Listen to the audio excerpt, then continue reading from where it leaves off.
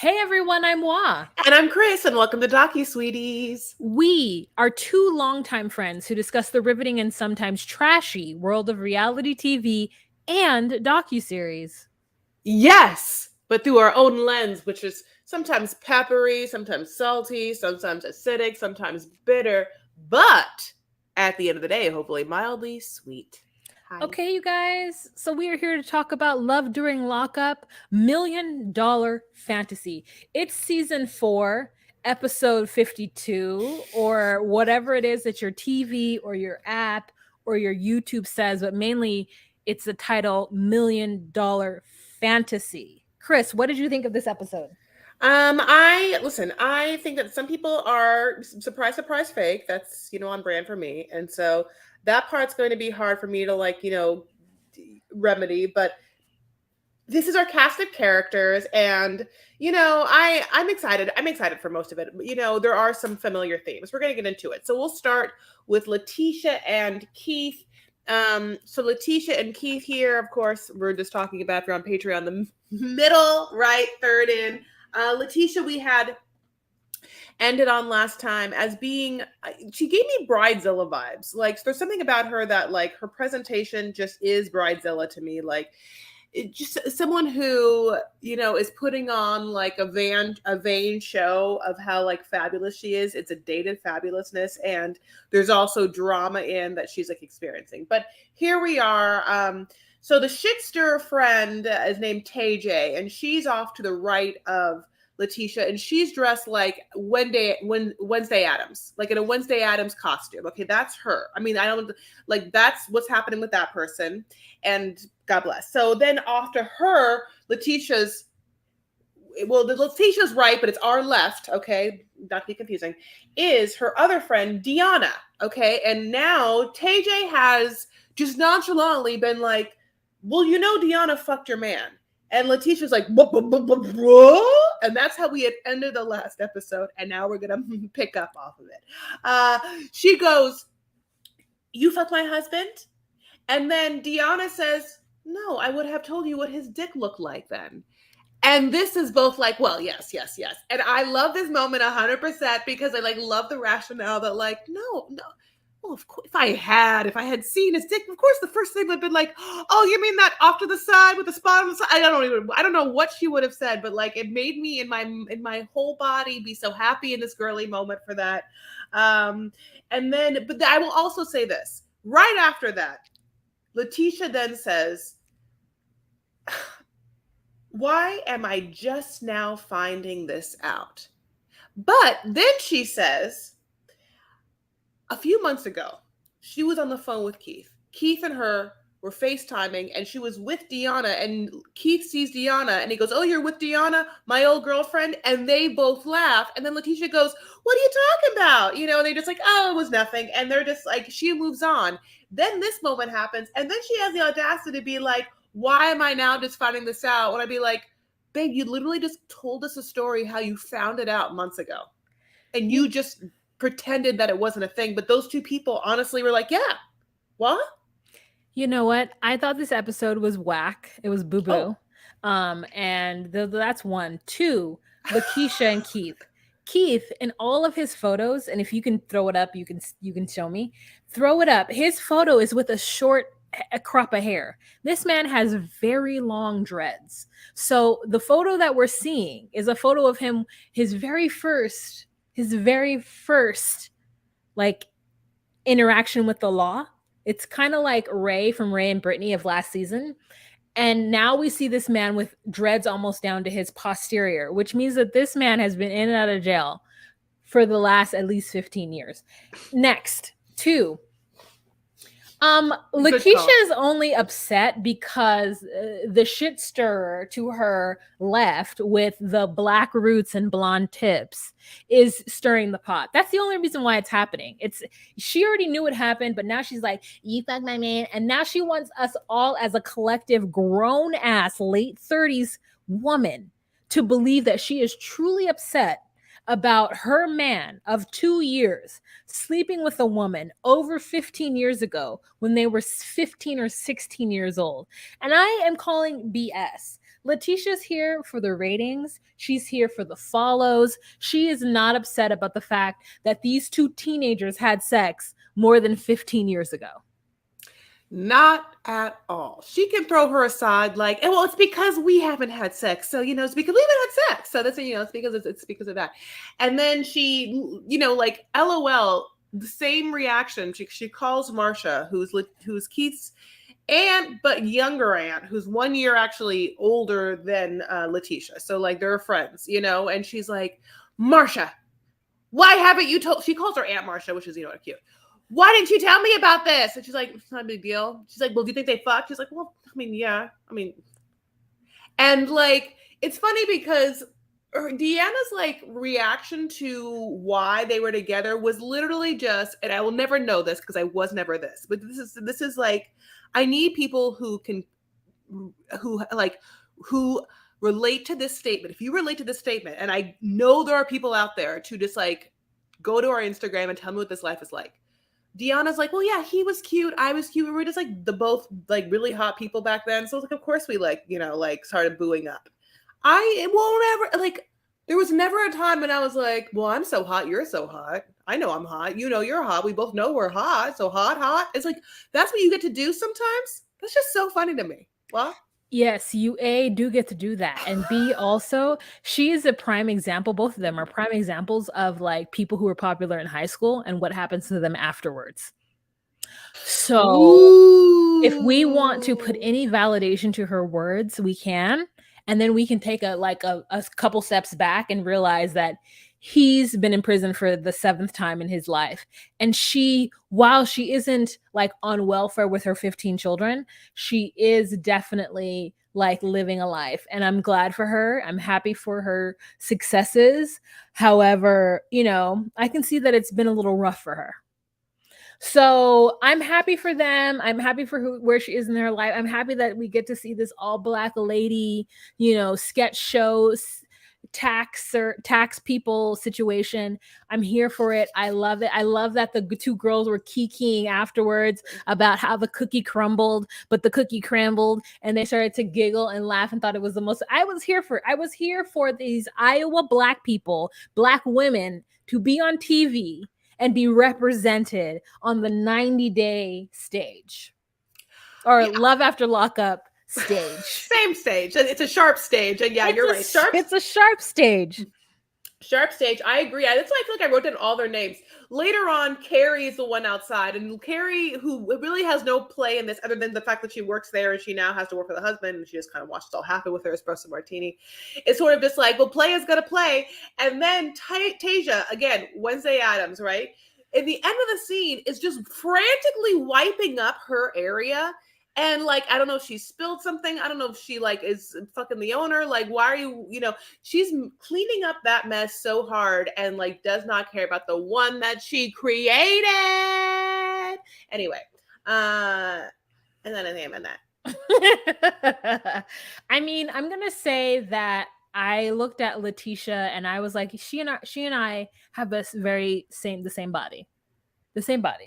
And I love to see representation of a little like panza, like a little belly that one might have roaming through this earth, but still looking fly and sexy in a bodycon dress. All right. Are we ready to move on to the next couple? We def are. Okay. I want you to know that as I was watching this episode and we talked about Andy and Brittany, Chris, her name is spelled Britteny. And that's not the French way, right? The French way is Brttany. She's half Brittany, she's half Southern Brittany, half French Brittany. I know you wanted her to be French Brittany, but there was no ANY. It was the ENY. So we have this ex-cop Andy who thinks like he makes great decisions. He so far in his life has like, listen, I have faced adversity and I'm killing it.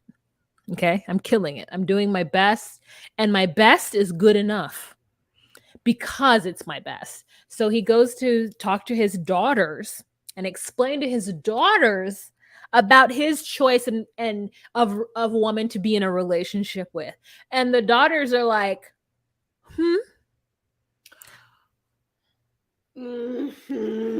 Yeah, these daughters dropped some tea. Like, and we were so happy for it because he wanted us to know, yes, he was a cop and she's an addict, but like that's like what I think that he wanted to lean into. And then we get the real, which feels more real than the other storylines, right? What? Like, didn't this yeah, feel like fucking authentic? yep, Like, except for this part. So he comes in and he's like, "Hey guys," and he's like, "What are you guys doing?" And we're like, "We're cooking cookies and tea." Now, all of that makes no sense. Cooking cookies? No one cooks cookies. Okay, you bake cookies. No one cooks tea. Boil tea. We're making make tea, making cookies. You bake cookies. Okay, so but already like suspect. Okay, then there's a circle flat cookie thing where they blobbed cookies that all are so close together and perfect looking, and they're like, I don't know. I just that part of it was like the what's happening with the cookie? What's happening with the cookie? I don't trust some cookies. you know, when they said cookies and tea, it was like, oh my god, that's exactly what I want at all times. Mm-hmm. Because I'm How a British of tea. you? I How Yeah, I British? can have tea without any sugar in it, and then have a sweet cookie. But what we got was like macadamia nuts cookies, not like a nice like chocolate chip or sugar or like maybe even a raisin if you're feeling daring. We have a macadamia nut uh pie shaped cookie that they have to like cut up. And then we've got like, and not like, we have got in fact chicken tender burgers or something. It's like a chicken tender burger that they are eating. And he's like, this is what I'm gonna do. And I'm ready for this because I love love. And the daughters are like, oh, okay. We don't feel good about this because we don't know this person. And they're like, don't worry. He's like, don't worry, I know this person. So they get on They're, FaceTime with this they're like, person. you also knew our mom, and that it. Yeah. Yes. So then the bomb is dropped that this is not the first addict that he has been in a relationship with. In fact, the girl's mother was on drugs for a lot of their life, and then there was a divorce, there was a custody battle, there was a man who chose to leave being a professional peacekeeper to being a truck driver. And as soon as he said that he left the business of policing to be a truck driver, I knew exactly what had happened to those children. He wasn't there. He left them with his mother, their Mima, and Mima raised those kids while he was a truckin'.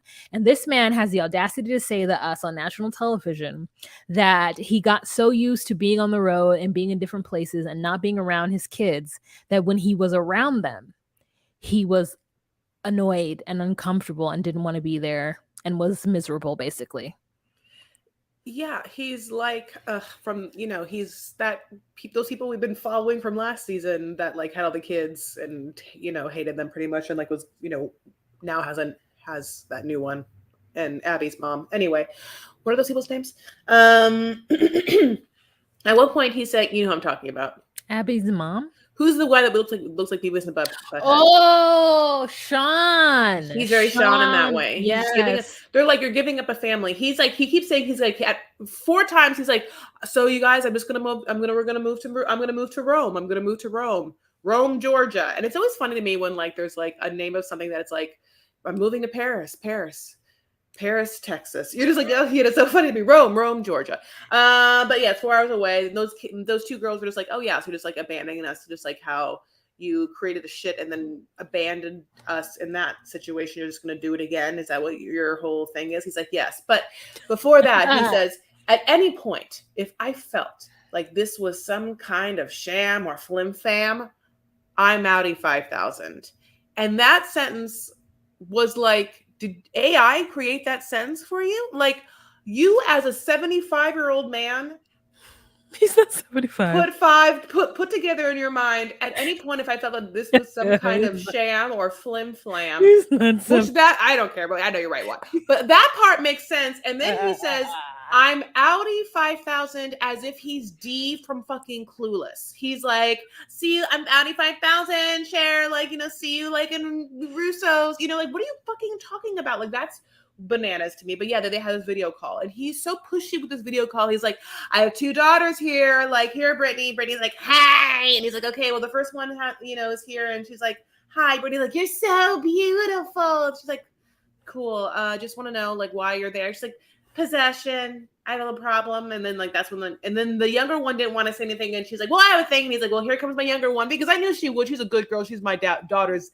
she's my little baby, or whatever he says. He's so we get a real fuckface narcissist a vibe from him where the first episode was more just like cuckold pussy whipped, like sad boy. Then you get, narcissistic man. But then you also get this like idea also like, are you also not doing drugs? I get there's this man thing that likes female druggies because there is this kind of man will prey on women that they can consider to be needy in some way, because it puts them in a certain power position. Like in my mind, I want to know, is he on drugs? And he just doesn't, that's why he for some reason is high functioning, or he just literally is a sober person, always wanting to be around druggy women, which is so confusing to me because like, it's annoying to be sober with anyone that's even remotely tipsy, like what? I don't get like, but yeah, I think it goes back to what I said. Is like I think that he is so he has self-esteem issues. His insecurity is so that he somehow subconsciously knows that he has a better chance of being with a woman that needs him because she needs money or she's been dealt something in life or whatever. And it's a fucked up situation other way.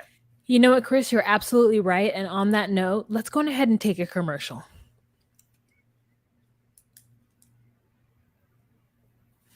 Okay, and so we're back, and yeah, Chris, that was a very poignant. I'm poignant. Very, very poignant point of view. He's definitely a captain. But here's the one thing I will say is that his daughters, and you can tell me if I'm wrong, but I thought they were much younger than 24 and 25. And I said, good for you and whatever oil of Olay moisturizer you were using at this time. The girl who was sitting on the cabinet or sitting on the counter, I thought she was at least a teenager. And when she said she was 24 years old, you could have knocked me over with a feather. And that other one was 25 years old. And I said, okay, they are basically Irish twins and they have gone through a lot together. And this father is thinking that he is completely absolved of all of his choices and what happened and what he did and what he didn't do, but the choices he made that led to the outcomes that they had to deal with is like, oh, wow, this is a Gen X who has really messed up his children's life, but is always interested in moving on and being, what he needs to be for himself. And that is moving on with Brittany. And Brittany, when she finds out that that he didn't really take care of his daughters because the daughters spilled the tea, Brittany calls back afterwards. And he's trying to be like, oh, my good for nothing daughters who are so ungrateful about their upbringing have a lot to say about me. And the daughter's like, let me the phone. She gets the phone and she's like, listen, my father did not take care of us. Okay. He left us to the wolves, AKA my grandmother, and he went about his merry business. And we have some problems with that. So it's a little weird for us that he's going to come out and take care of your 4 children. So, and I was here for their feelings about all of that because, a lot of people tend to move on when they've done those that they brought into this world dirty. So that's all I have to say about them. Chris, anything else? Yeah, they still have the grace to give the man cookies. So yeah, let's move on. Okay, next couple that we are going to talk about are Chris and Jade. And basically, this is an episode where we really feel like Jade is a gold-digging bitch. And maybe not a bitch. That's a hard word.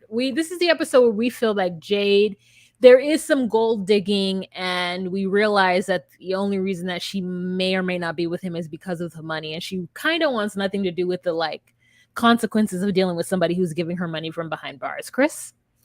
Yeah, like, it's very boring, okay, because it feels fake. So I don't even care. Like, we'll talk about their stupid, like, whatever they're fucking doing, like dune bugging or whatever the fuck they say. I don't care. Stupid sister, and her dumb outfit with his name and his face all over it. But what is very telling is when she drops the fact that she does social TikTok reels, and the entire TikTok reel is about the fact that she's a prison wife and the aesthetic that the prison wife lifestyle somehow affords her the lifestyle of like a upper class housewife. Like, it's that kind of like, this is my day, like the average day of a prison housewife. Like, I write my man a letter, like, hey babe, like, and then she, like, kisses it, she puts it in, and then she's like, and then I get my nails done, and then I like hang out here. First of all, I want to know, in these TikToks, does it show him calling you incessantly like we're seeing? I don't know, like, is it like you try to do this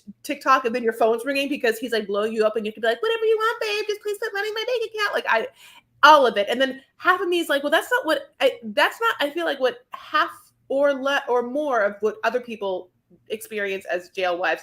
Every part of it was just like, now I want to watch it. God damn it. She kind of got me. I'd rather watch Jade's TikToks every now and then than watch her on this season.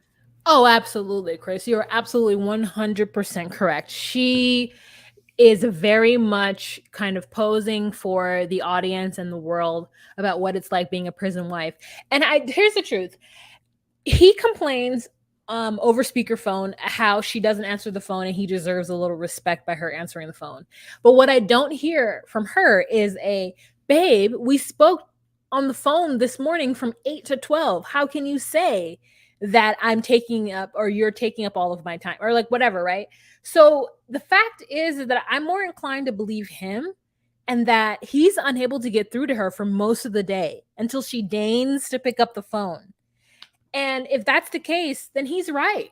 But she wants to make it seem like he's this like obsessive, I need to talk to you 24 hours a day. I need to be on the phone with you 17 hours, before breakfast. And I'm starting to feel like maybe she's a little shady in that, where she won't answer him in the morning because she hasn't had her coffee. Then she won't answer him because she's running errands. And then finally in the middle of the day when she's like riding dune buggies with her sister, she can deign to answer the phone.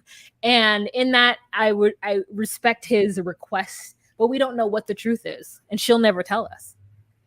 Wow. Have you ever come across either her TikTok or anything in the realm of the TikTok point of view of a prison wife or like that? The truth is that if I have, I wouldn't have watched it because like there's nothing you can tell me to glorify it. Yeah, I mean, but okay, I understand your point of view completely. But having now seen that, are you interested? Oh, yes. What? Yes. Okay. 24,000 subscribers on TikTok. I'm gonna look her up. Yeah. I mean, yes. Sorry, I can't talk. I want to do it with you. It's like, I'm so excited to say it. I want to do it. I want to make it alive. Like, I also feel like there should be like some sort of like bonus episode where it's just us reacting to the TikToks of people in the shark world. Oh, we can do that. Like Razvan? Yeah, we can do Razvan. I mean, listen, we could even do, and I don't know if you want to do it. We could either do we can even do Tammy from the Slatton sisters, because she's always on the TikTokies. And I'm like, bitch, what are you talking about? Anyways, so who? Tammy from the Slatton sisters, the 1,000-Pound Sisters. Oh, I didn't know you watch. I don't watch that, and so I didn't know that you did. I don't watch that. Okay. Well, I do, I guess. I like catch up on them. Okay. 1,000-Pound Sisters, Amy and Tammy. Amy is like has a baby, and anyways, there's that. Okay. Oh, okay, sorry. Yeah, no. I just divulged a secret about myself that my friend didn't know, so here we are. I can't even believe that you like refer to them as their last. Like, you would have to be like the people like from 1,000-Pound something or other for me to even know. And then the fact that there's two of them and their last name is how they go it, like, like as if they're the Silva twins. Like, I was just like, I literally, you said Statler sisters or whatever you said, and I was like, please make it make sense. And so I just was like, Silva twins. No, it's something like I just wanted to, but it's not. So, but yeah, that's interesting. So, do you want to move on to Asanta and Renika? Yeah. Yeah, this is also, crazy wazies, but like, yeah, I mean, they know what they're doing. Like, they know that, like, they can all go and play Jenga, and that's going to be a metaphor for how delicate she has to like play things, and how she's being very risky by moving her whole life and her daughters to go out and be with him, and it all might tumble if she makes the wrong move, even though that he offers her friendship. Everyone in that is listening to my microphone like this is the worst choice possible to make, and put your voice down. I get it, but like, she's just like, I want friendship. She it does that, sings the very true song that we have heard many sharp people sing, of just like, this person wakes up and texts me, and so I start my day being like, I have a friend in this world that makes me feel good, and I don't want to give that up, not for anything, not for a pop of my delusion. I will stay in it, honey. Don't take me from it. I don't care if he's gay. What's gay? I don't know. I'm just kidding. Like, she won't do it. Well, She truly won't. And here's the truth. I've never seen black people play Jenga. And to see it in public at whatever place this is where I guess you can go and play games as an adult is cool. And I'm happy to see black people doing things that I don't normally see them do on TV. Next, her daughter. Now, her daughter has some really thick eyebrows, and these eyebrows are the eyebrows of today, where you would just buy some gel and like get them like lacquered or whatever, shellacked down, very thick, very Cindy Crawford from like the 90s. And I unfortunately am at a place in my life where my eyelashes and eyebrows will never be as thick or as big as this daughter's eyelashes in order to have the current mode of fashion of eyelashes and eyebrows be a thing. Now, next, her sister is named Shakola. Her name is Renika. So this was like African American, like making a culture and names, and I love to see it. The next thing is that she's telling these people that she's going off and doing whatever she wants to do with this man, and they are very skeptical and do not believe it. And we are along with her and them. We see a scene where she's like dancing for him, and she's like, "Are you tricking me? Are you with other people?" And he's like, "Nah." And I'm like, he's supposedly getting out in a week. So here's the thing, Chris. We see them and we see her on Love After Lockup, and she's going to pick him up. And in this, we see that she's moving to Atlanta and he's about to get out in a week. So is her storyline just like 2 weeks, 3 weeks? ooh, good call. Well, it's like she's on it. She's the sharp Sherlock Holmes. Yeah, her dancing in this red lingerie.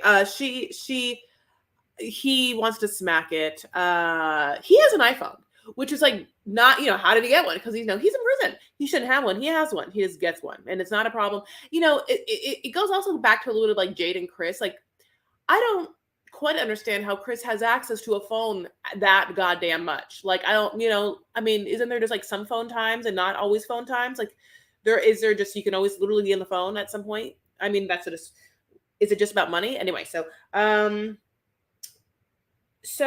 yeah, I feel mostly bad for her daughters, because I don't think this is a smart decision, and it's always fun to watch people make bad choices, and it's always horrible to watch them make it with other people's lives in their hands.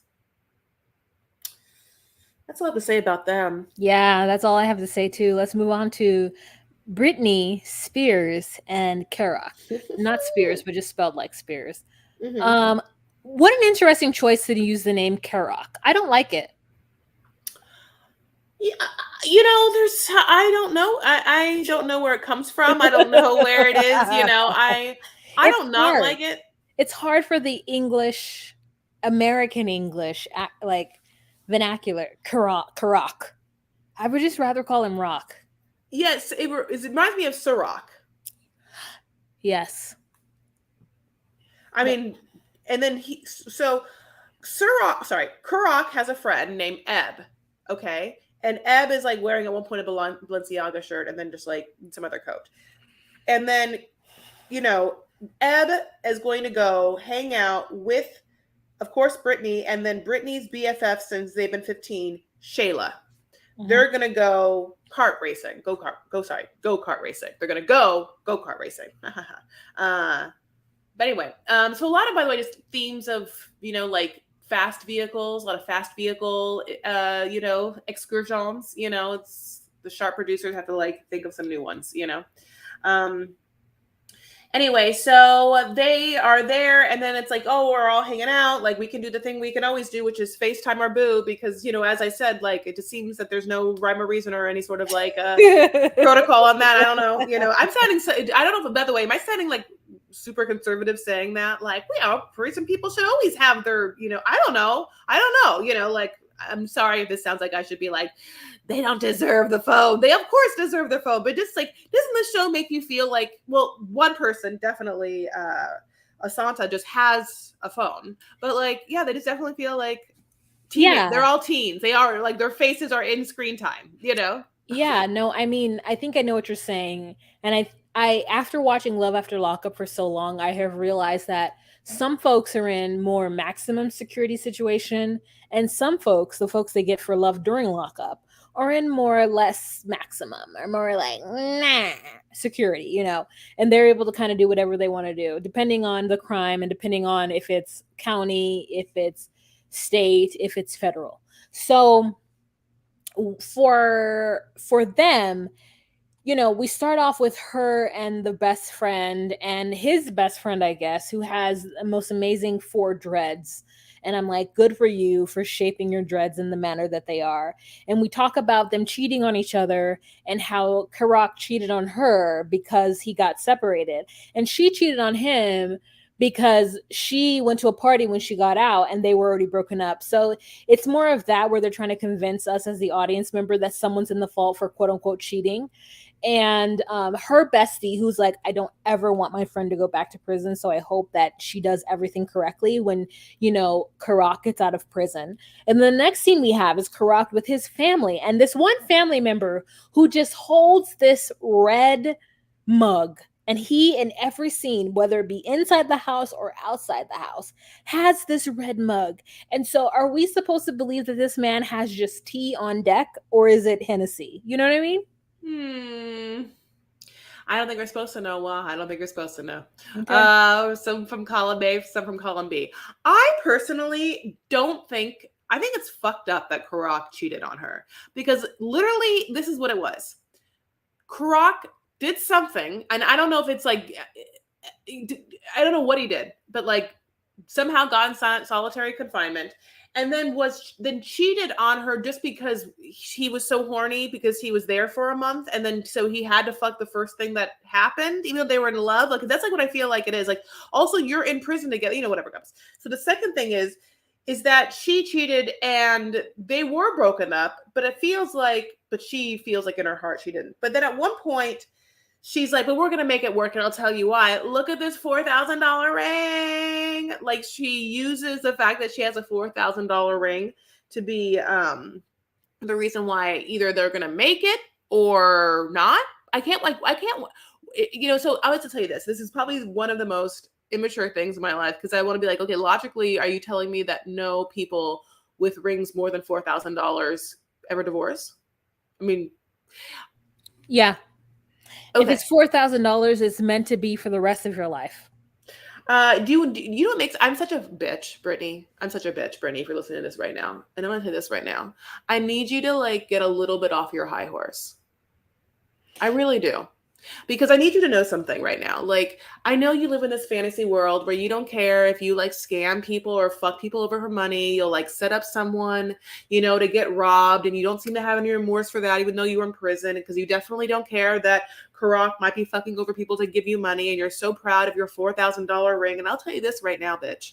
$4,000 wedding ring ain't shit. Babe, it ain't shit. That's nothing. Okay. Now I'll tell you this right now. I'm not saying it's a bad number, but what I'm saying is it's definitely nothing to hang your goddamn high hat horse on.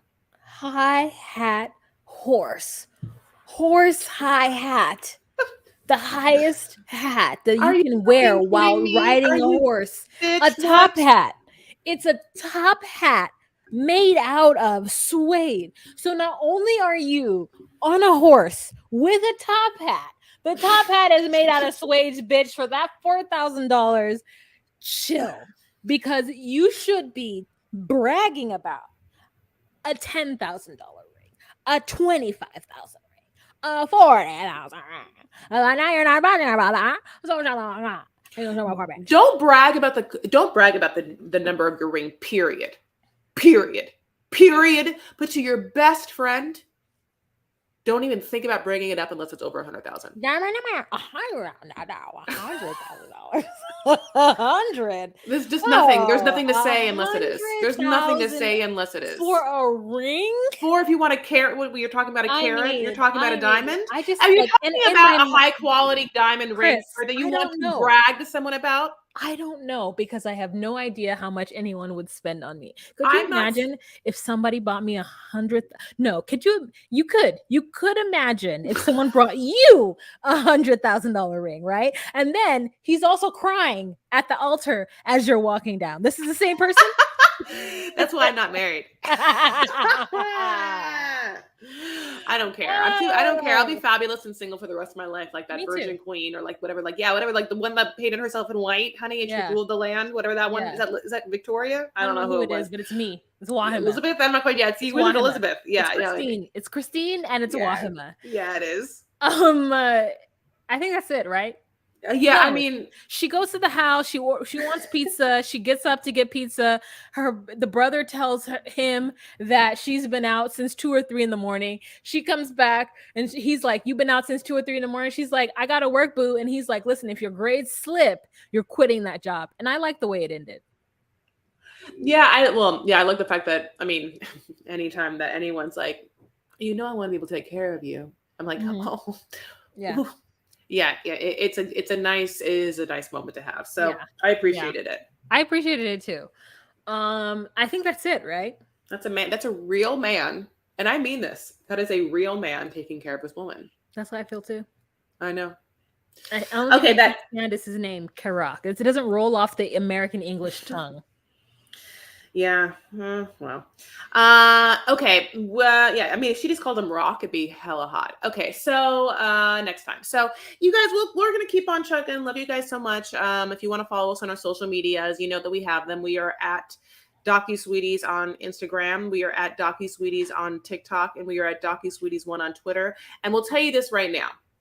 We're very excited to have our good friend Gabby helping us with our social media. And I think that if you haven't followed us on social media, you should absolutely do so, because we have a fun thing. We have upped our game and our content, and we are so excited for it. So it's a great time to join us there freely. And if you also can give us 5 stars if you haven't yet, we'd be fans for life of you. Tell them more.